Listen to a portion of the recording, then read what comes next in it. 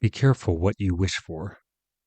These words were streaked across the billboard that writer-director Phil Alden Robinson passed on his way to his dream.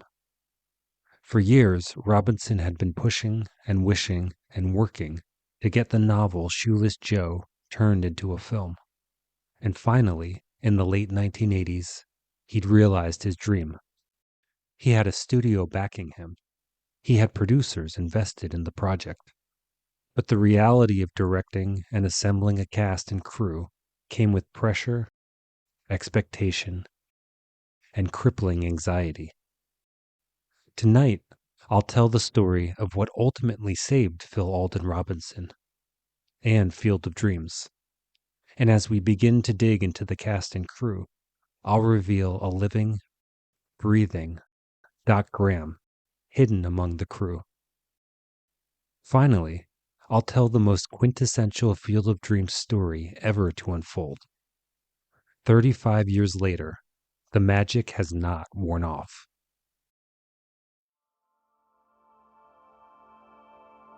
This book really should have never been written. The film should have never been made. I sort of have this feeling that one of the reasons I was born, was to be part of this, to get this out into the culture. What they didn't count on was the word of mouth, that people would see it and then just say, oh my God, you have to go see this movie. It ended up defying the odds. Midnight Library of Baseball presents Season 2, The Making of Field of Dreams. I'm Ben Orlando.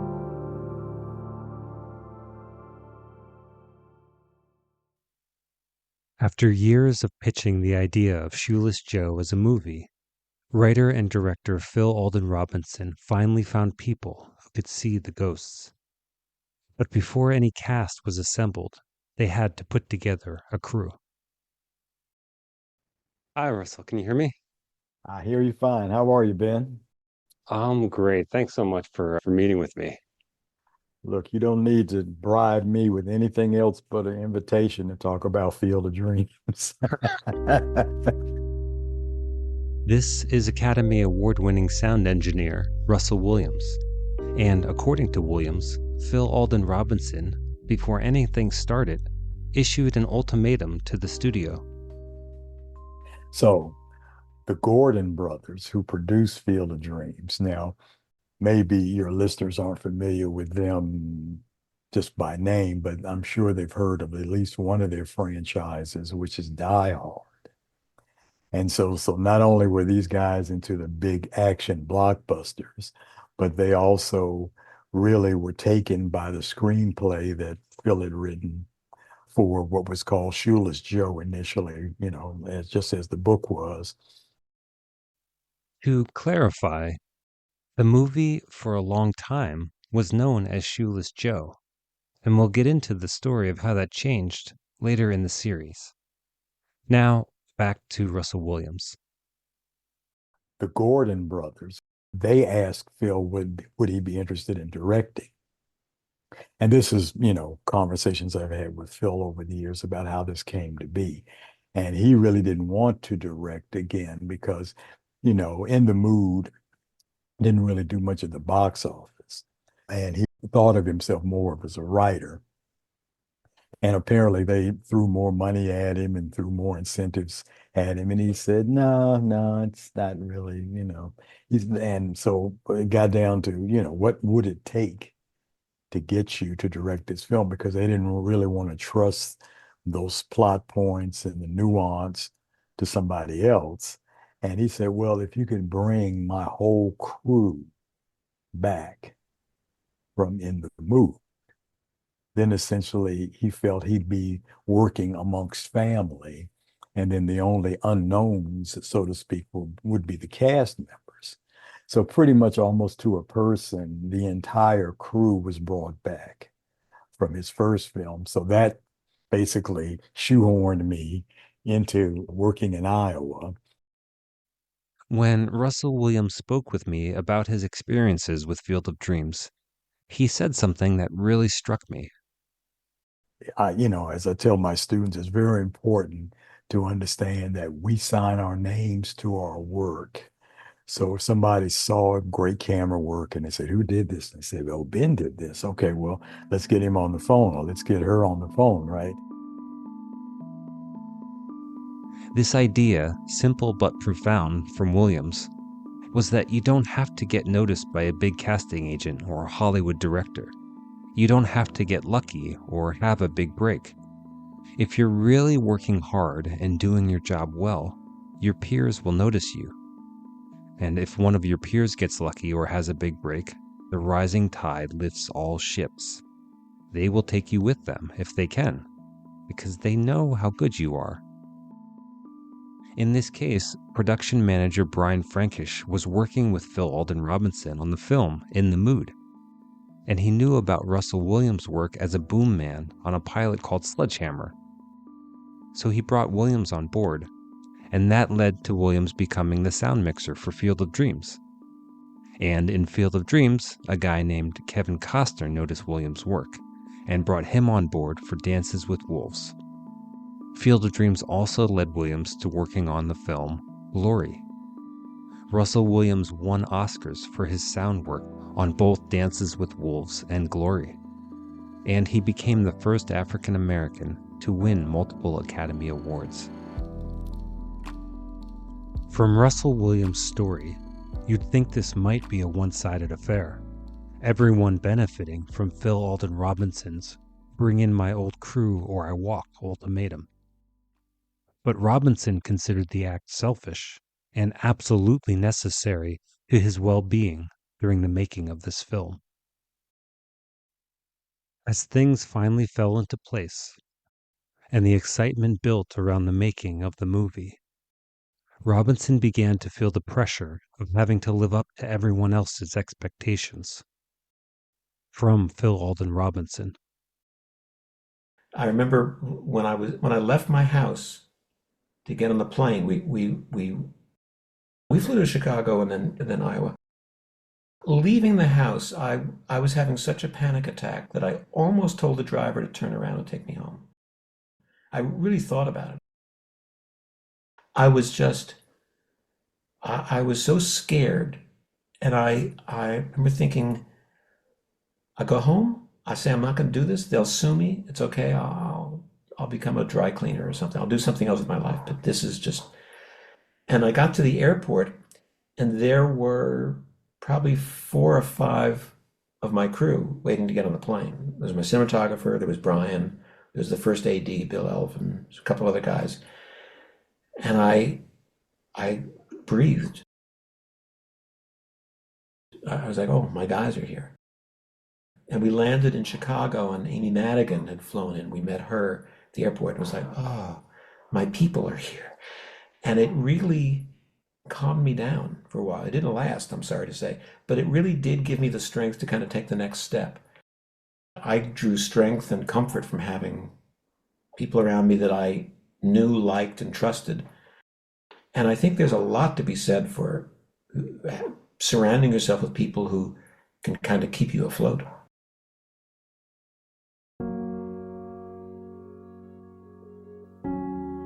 I feel so grateful to hear this story from multiple people and multiple perspectives. To be able to then tell Russell Williams, you might not realize how much you helped Phil. And Phil Alden Robinson, you might not realize how much you helped Russell and all these other people who got the opportunity to work and be seen for their skills because of you. It really was a symbiotic relationship. But when we're talking about casting, and one of the quintessential Field of Dreams stories, we have to talk about Brian Frankish and Rod Dedeaux. There we go. Hi, Brian. All right. You hear me okay? Yeah, Mr. Orlando, I can hear you. Yes. Thanks so much for meeting with me. My pleasure. Brian Frankish was hired on as a production manager and executive producer. And in the early days of the project, a lot of scouting and wrangling went on. And because baseball was central to the story, they needed to find actors who looked like and moved like baseball players from the early 1900s. from Brian Frankish.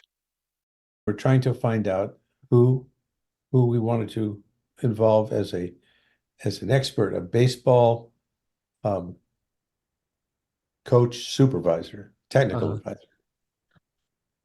And he came into me one day and he said, I want Rod Dado to be the coach on this show, to advise us baseball.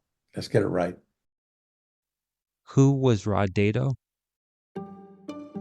Well, from Phil Alden Robinson. He was the winningest coach in college baseball history. He coached at USC for decades, sent more people to the majors than any other college coach. He coached the Olympic team. He was just a phenomenal baseball man, and a great guy. I loved him. He was a wonderful, wonderful, sweet guy. Very effusive, always cheerful. We recruited these young players from around the Dubuque, Iowa area to try out for the team, and he would be out there every day working with them, and he was always encouraging them. He'd say, hey, Tiger, that's a beautiful swing you got there, Tiger. He didn't remember any of his names. Everybody was Tiger. I was Tiger. Boy, Tiger, there's people in the majors that don't swing as pretty as that. You just keep that elbow up. That's beautiful. And in addition to being a fantastic baseball coach, Rod Dado, it turned out, was also a living, breathing Doc Graham. One day I was talking to him. I said, hey, Coach, how come you didn't play in the majors? And he said, well, I did. I said, really? He said, yeah, and I'll forget the year. He said, in 1936 or something like that, he said, I was the starting shortstop for the Brooklyn Dodgers. I think he played 2 games, and he broke his back. And I was floored. We were standing on the set. We were about to shoot a scene, and I just said, oh, my God, you're Doc Graham. And he goes, yeah. And it was the only time I ever saw him quiet and wistful. Normally, he was very outgoing and very effusive. He was one of Tommy Lasorda's best friends. He was a very outgoing guy. He got very wistful is the right word. He was quiet. He took the pain of that lost opportunity, because he was never able to play again, and he turned it into, I'm going to help other people reach their dreams of playing baseball. This is a great story, but it's still not the quintessential Field of Dreams story I mentioned before. Brian Frankish, who was the production manager in charge of all aspects of the film, set up an appointment to meet with Rod Dado. He didn't know the guy. He just knew Phil Alden Robinson wanted this baseball expert. So he and Phil arranged to meet Dado at the nearby Toluca Lake Golf Club. And one more thing about Brian Frankish. He didn't have a father-son baseball history like most other kids, because Frankish never knew his father. A few months after Frankish was born in 1943, his father was drafted into World War II. He boarded a ship to England, and he never returned. Again, Brian Frankish. And there's Rod standing out in front waiting for us. And white-haired guy, black suit, roly-poly kind of a guy. And really interesting. He was about, 70 or so. And as Phil and Rod were hanging out in front of the place area, and they were getting to know each other and say hello. He then turned to me and he said, excuse me, your name is Frankish, isn't it? I said, yeah, that's my name, Brian Frankish. He said, tell me something. Did your father go to USC? And I said, yeah, he was editor of the Daily Trojan in 1935. And he said, well, I'm not only the Olympic baseball coach and the USC baseball coach for years, but I was a student at USC in 1935, and your father was my best friend. When Rod Dado revealed this connection, Brian Frankish did not know what to say.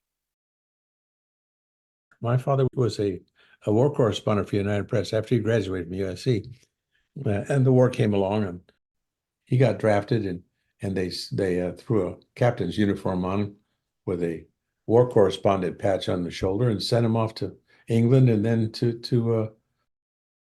the invasion. And he was attached to General Courtney Hodges' First Army. And when the Battle of the Bulge hit, my father was killed on Christmas Eve of 1944. So I had grown up without my father. And here's this man standing in front of me in 1986, turning to me and saying, "Your father was my best friend." After this revelation, the two men did not spend much time talking about casting or baseball. He told Phil and me stories about my father at USC. What in the hell is Field of Dreams about anyway? It's about finding your father. Oh my God. Pretty amazing situation. And that's the entire production of this movie had magic attached to it all the way from this moment on. It was absolutely incredible. And we all end up working together on this creative project that is coming from the screenplay, the idea of the person who wrote it, and what it all means, and what the people mean that are cast to be the characters who have spent their entire lives becoming actors to transform themselves into the characters that come to life on a page.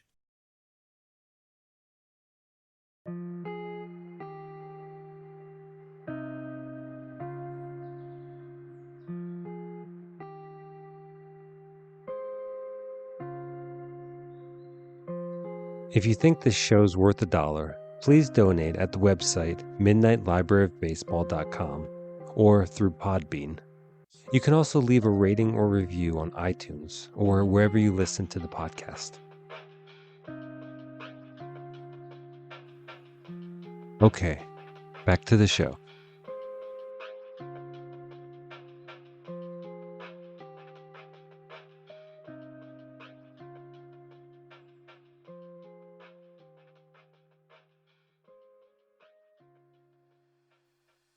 One of the actors who brought a dead baseball player back to life was Charles Hoyes. Hi, Charles, can you hear me? I can. How are you, Ben? I'm doing well. How are you? Good. I had it on my desktop, but I put it on back. Hoyes portrayed Swede Risberg, one of the 8 Chicago White Sox players banned from baseball after the 1919 World Series gambling scandal, where it was found that at least 8 of the players had taken money to perform poorly during the World Series. And the excitement from Charles Hoyes around the film was emblematic of the vibe at that time. I had read the book, Shoeless Joe, and I said to my wife, "This is going to make a great movie. Oh my God." And I was at my commercial agent's. He didn't represent me for movies. He represented me for commercials. And I was at his office, and he was on the phone yakking, and I looked and I see the breakdown, and I'm reading it upside down. Actors get good at reading upside down. I'm looking, and I see this thing, Shoeless Joe, and I'm looking at these characters and go, "Oh my God, I got to get in." So I said to him, he get off the phone and said, "Hey Joe, what's up?" He says, "Oh, I don't know, some baseball picture." I said, yeah, okay. At the time, Hoyes supplemented his income by driving a taxi. So now he hopped in his cab and drove off. These were the days before cell phones, so Hoyes raced to find a payphone to call his other agent. I called my agent. I said, listen, Shoeless Joe, you got to get me in. And she says, "Okay, all right." I said, no, you have to get me in on this. You have to get me in. "Oh yeah, I will, Charles. I will. I'll get you in. Don't worry." And so I kept after her for like 3 weeks because I knew they were casting this thing. And I thought, "Did you get me in yet?" She said, "I will." I said, "Listen, you don't understand. If I don't have a stroke in the audition, I'll get the job." I didn't even know what part, but I just knew I'd get, and eventually, got in on it. So I had to work really hard just to get the audition. Were you surprised with the changes from the film version and the book version? I thought it was a really really comfortable adaptation. Mhm. Once I read the script, I thought, wow, okay. All the characters were true to how they'd been described in the book. Yeah. I thought it was really good, but we really didn't know. You never know.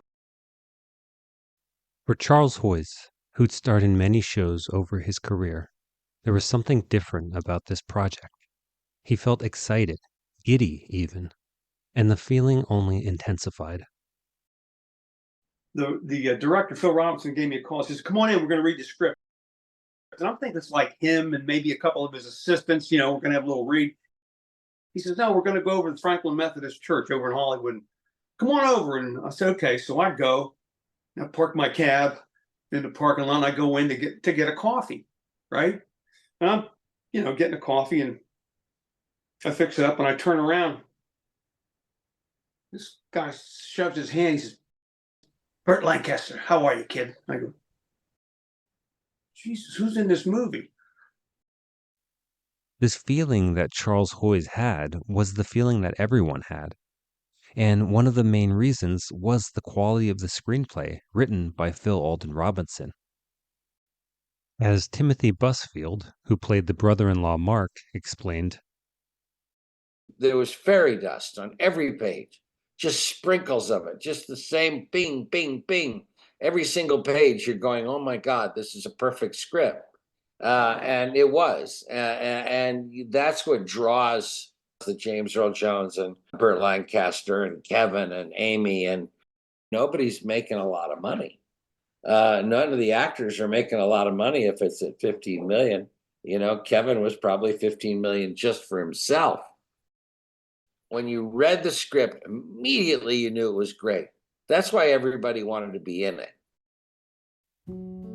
and this gold dust came from Robinson having to wait, from getting rejected, and then telling the story to anyone who would listen, over and over and over, and then editing in his head, rewriting the story, until it was magic by the time he put it down on paper. And when he put it down on paper, when it was finally a script, every producer and studio executive wanted to be a part of the magic.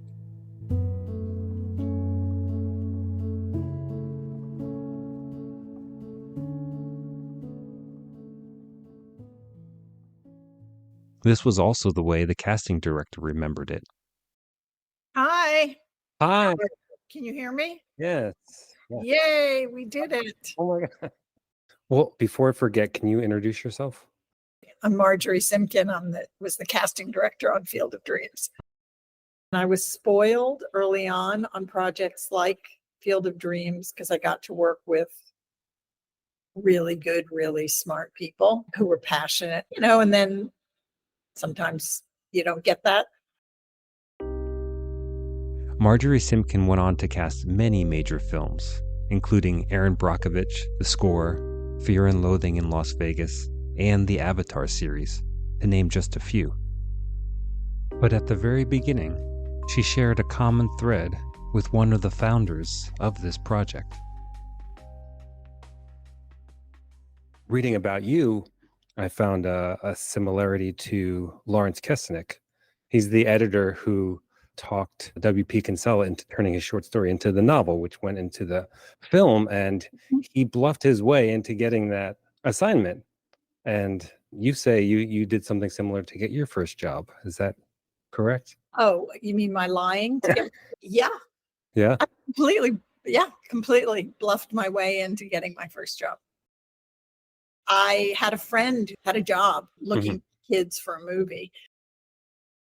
And she called me up desperate because she didn't want to leave them in a lurch, but she had this opportunity she didn't want to pass up. And my mom was a librarian, and I was always really good at research. And so I just took it on as a research problem. But I said, I don't know. She just said, she told me to lie. She told me to go in and lie and just tell them I had been helping her. Yeah. So I did. Yeah. And you got the job. And I got the job, and I did it. And I found kids, and I found what they needed. But of the more than 80 films Simkin has been a part of, none, according to her, have come close to the buzz surrounding Field of Dreams. The other thing that was extremely different was people were desperate to be in the movie. And I knew the book vaguely, but I didn't know it was such a deal. But I think even if there weren't that many baseball films at the time, and I think a lot of little boys in those days grew up wanting to there was something about being paid to play baseball. That's my only explanation. But I would get a zillion phone calls and letters. I particularly remember one from Charlie Sheen, desperate. I'll do anything. I'll play any part. And at that time, he was sort of hot, and it would have unbalanced things to any role except Shoeless Joe, and he wasn't quite that part. So, he ended up not in the movie, but he hand wrote like a 3-page letter about why he wanted to be in the movie, which was very touching, but it was not unique. There was mail every day, and I've never worked on anything else where I've gotten that volume of mail asking to be in a project. Wow. Of course, what's always funny is afterwards you think, oh, why didn't I keep these letters? But at the time it was this little movie. None of us thought it was going to be what it's turned out to be, stone for people. So there probably were people in that list that weren't famous then that are probably famous now. Yeah. It's just no way of knowing. It's one of those mysteries lost to time.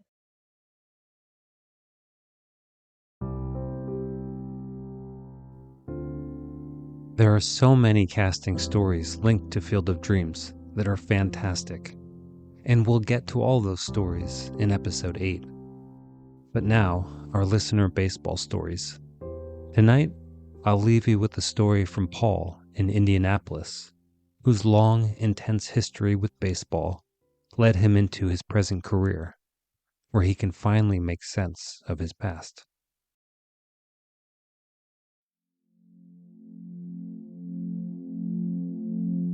So I'm a psychologist now, but really baseball got me there. Certainly the path I'm on now, I would say, is really because of baseball and what it meant in my family. My feelings about baseball, like the conflicts I had around baseball and my dad and competition, not really letting myself succeed the way I could have as a teenager with it. Started playing when I was 8 years old on a traveling team in Colorado, and it became my entire life, from a very early age. Fast forward to high school, my team goes to the Final Four in the state playoffs in Colorado. So we're all juniors, and we're all set to return for our senior year and possibly win state, or at least get back to the Final Four tournament. And I quit my senior year during preseason. I couldn't stand the pressure. I couldn't stand, I was a starter. People were expecting things of me. I knew that my dad was really excited, but it was something that I could control. I have 2 older brothers who are studs, just total gods among men, as far as I can tell. So I compared myself to them a lot. They were great baseball players as well. I felt like that was how I got approval, or how I was praised and celebrated. And, on the deepest level, really, I felt like I wanted to be praised for who I was, not just because I was a good athlete or could perform in that way. With my dad, I was angry and very passive aggressive. I remember on one occasion, my parents went on vacation for spring break, and I had to still go to baseball practice. And my dad, before he left, he said, make sure you go to practice. This is important that you go to practice while I'm gone. And guess what? Didn't go to practice. Because I knew that I could assert some level of anger or show some indirect level of anger without actually declaring it to him, but kind of show him I was angry by not going to baseball practice. And it just so happens that, you know, another coach knew that I was supposed to be there and told my dad that I hadn't been at baseball practice. So I was always finding these things, these ways of communicating how I was doing, but indirectly. And it would always create a crisis for us that I was trying to signal as an adolescent, you know, like, hey, I need help, something's going on with me. And we just never could quite get there. All they know sometimes is the punishment and just the disciplinary action, but kids act out, right? Because sometimes they need encouragement. I mean, sometimes they need stricter boundaries, but a lot of times they don't. They just need some encouragement and positive attention. The take home is that really it only hurt me. And that's what happens when we project our own desires, you know, onto other people, or think that we live our lives for other people, is that we kind of abandon ourselves. And so I look back and I think, man, I really gave up on myself. I thought that I was doing it for good reasons or to assert myself or whatever, but really I was just not giving myself a chance that I deserved as a young man. So as an adult now, I get to help people with that and love working with young athletes, love working with, you know, even if it's not an athlete, somebody at an earlier stage of life where they might be dealing with some of this too.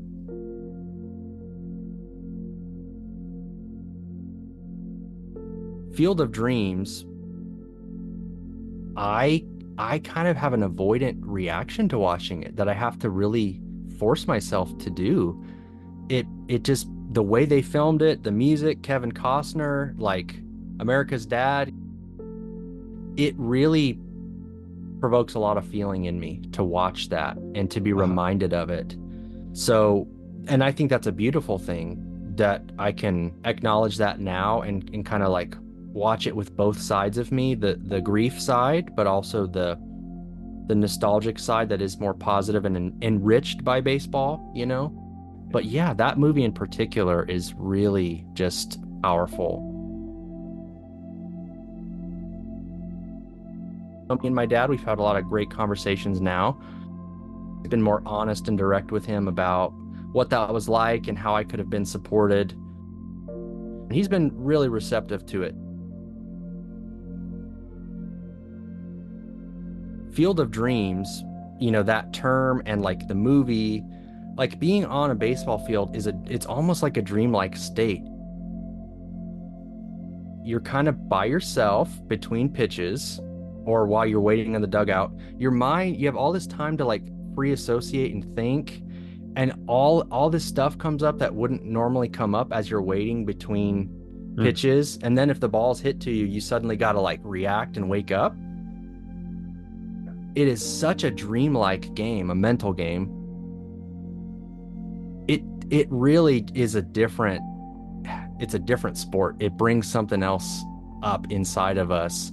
And people who haven't been immersed in baseball culture don't get it. I think for them, it's like, this is kind of boring, you know, there's not a lot of action here. But for those of us who have played and see the complicated connections and the emotional qualities to it, it's really an amazing pastime that we have. And looking back, I'm like, oh yeah, that was such an opportunity. But it's cool because it's ongoing. I mean, just like in the movie Field of Dreams, where the past and the present are coming together, the ghosts of the past symbolically, it still reverberates.